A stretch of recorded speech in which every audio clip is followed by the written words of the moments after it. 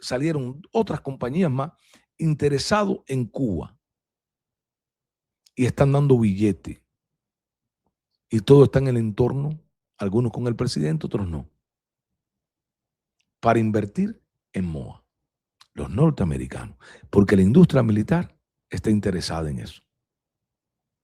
Glencore es suficientemente grande para ser un ancla económica, pero está basada en Inglaterra y en Suiza y Estados Unidos. Quiere participar con el consorcio para controlar el movimiento del mineral sin tener que preocuparse de un sinfín de legalidades comerciales y políticas. Comentó 14 y medio. William Pitt, empresario y heredero de una de las familias que reclama los derechos sobre antiguas concesiones mineras nacionalizadas por el régimen cubano en el 1959. Según la información, el Financial Times, el Departamento de Estado estadounidense ha comunicado tanto a Guilo como al consorcio rival que no se oponen a las negociaciones con Cherry y tampoco lo hace el Departamento del Tesoro. El Departamento de Estado de Marco Rubio no se opone a las negociaciones, a la compra por estos dos consorcios, Guilo Capital y la otra, para las Cherry, para que puedan operar en Cuba, ni el Tesoro norteamericano. En cualquier momento dan licencia, en cualquier momento emite una licencia el Departamento de Estado del Tesoro y a operar en Cuba. Nos hace falta ese material, ese mineral importante, crítico. Dice, aunque ninguna de estas comunicaciones implica la aprobación de la transición, un portavoz de la Cherry, por su parte, declaró que la empresa acoge con beneplácito todas las manifestaciones de interés y seguirá explorando activamente todas las posibilidades en beneficio de las partes interesadas de conformidad con sus compromisos contractuales. Para la canadiense, la operación es vital porque recuerda al Financial Times tiene parada desde junio su refinería en Fort Saskatchewan, allá en Alberta, tras haber agotado sus reservas de mineral. El cierre continuará hasta que se reanuden las actividades mineras y el procesamiento de MOA y se reconstruya el oleoducto de alimentación de la refinería, comunicó en aquel momento Sheriff, cuya planta es la única refinería de cobalto, una de las tres de níquel de Norteamérica. Quiere decir que está parada la fábrica en Canadá, en Alberta, porque no tiene la materia prima de Cuba.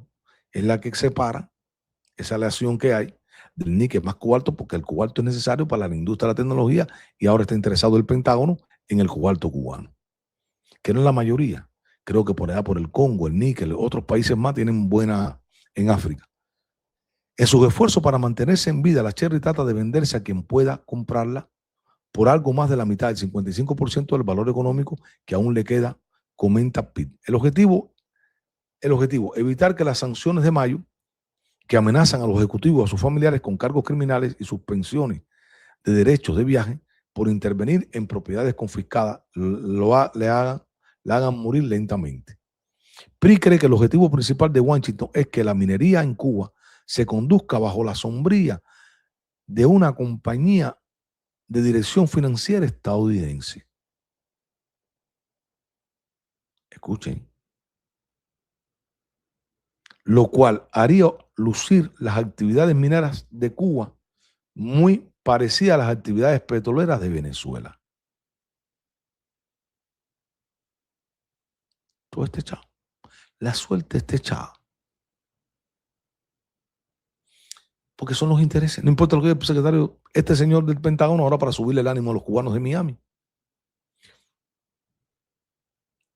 Existe la Realpolí. Existe la Realpolí.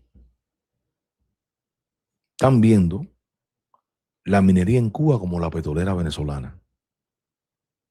Cuba es el tercer país con más reservas de níquel más cobalto en el mundo y otros minerales críticos importantes que hay en el subsuelo cubano. Está bien conocido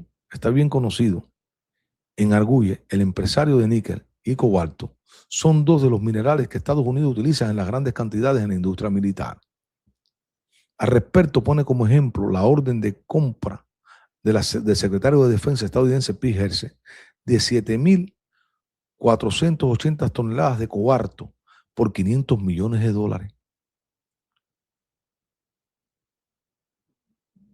de dólares para rellenar las reservas estratégicas de ese mineral. A pesar de que hay un enorme énfasis en extraer esos minerales críticos de minas localizadas en Estados Unidos, prosigue el PI, aún no hay suficiente capacidad en las minas existentes y pasará muchos meses antes de que se opere minas nuevas.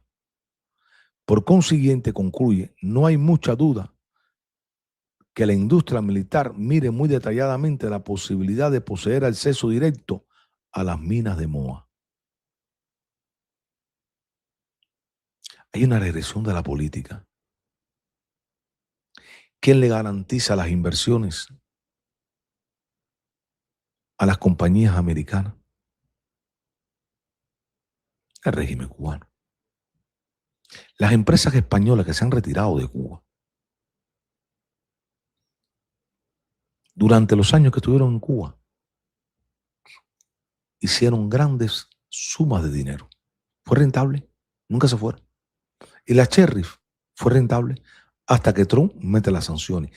Si Trump no mete las sanciones, el turismo en Cuba siguiera operando, el níquel en Cuba siguiera vendiéndose, se siguiera vendiendo. Lo que pasa es que Trump puso sanciones al combustible y sanciones a operaciones a compañías extranjeras y sanciones de criminalidad. Claro que eso va a caer, decae el sistema, pero las compañías que le garantizó la estabilidad y la grande fortuna a los españoles fue la dictadura cubana. Fue la dictadura completa. ¿Quién le va a garantizar? ¿Quién le ha garantizado a los norteamericanos sus inversiones en China comunista y en Vietnam? Los comunistas. El problema es que hay que hablar las cosas como son, así, con puntuales, con mayúsculas. Estados Unidos tiene negocio con China comunista. Y todos los negocios de Estados Unidos en China comunista tienen utilidades. Que China es pobre, que eso es mentira. Si fuera pobre China, las compañías norteamericanas no estuvieran en China. Si el chino no tuviera capacidad de compra, de consumo a través de esas compras, ninguna se queda en China. Lo que pasa es que hay gente que te hace la valoración de China desde el odio al comunismo. Y así no funciona. Si el chino fuera tan jodido, donde el 40% de las empresas en China son públicas, el 98% de las universidades están en manos del Estado. El 40% digo pública porque está en manos del Estado comunista chino, incluyendo la automotriz y empresas tecnológicas. Y China se ha convertido prácticamente en el número 1 en tecnología en el mundo. Y una superpotencia no solamente en tecnología y en la industria, una superpotencia militar. Pero cuando yo escucho a algunos que China es pobre, es mentira. Señores, está McDonald's, ahí está Starbucks. Hace un promedio de 10 años atrás, habría cada 24 horas un Starbucks y McDonald's igual. Kentucky Fried Chicken, todas las compañías, ahí están todas las marcas americanas, está Apple. Hay empresas automotrices norteamericanas en China.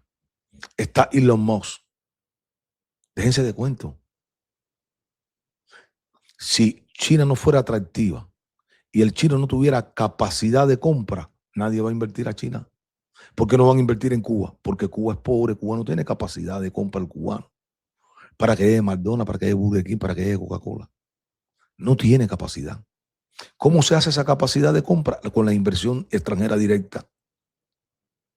Y que empiece entonces a darle valor agregado a la economía cubana y empiece a coger valor el peso cubano. El peso cubano gana valor cuando hay exportaciones y cuando entra directamente el capital extranjero directo. No hay manera que Cuba, con estas reformitas de Merolico, son reformas importantes, sí, en los servicios. Vemos las reformas más ampliadas en Cuba en los servicios, no está en la gran industria. Entonces, la gran industria hotelera, que es una industria importantísima, y que la hotelera es una industria que sí trae retorno rápido a la inversión, porque imagínense que le digan a los ejecutivos de la Hilton, del Hyatt, de los Holiday, oye, quieren entrar a Cuba.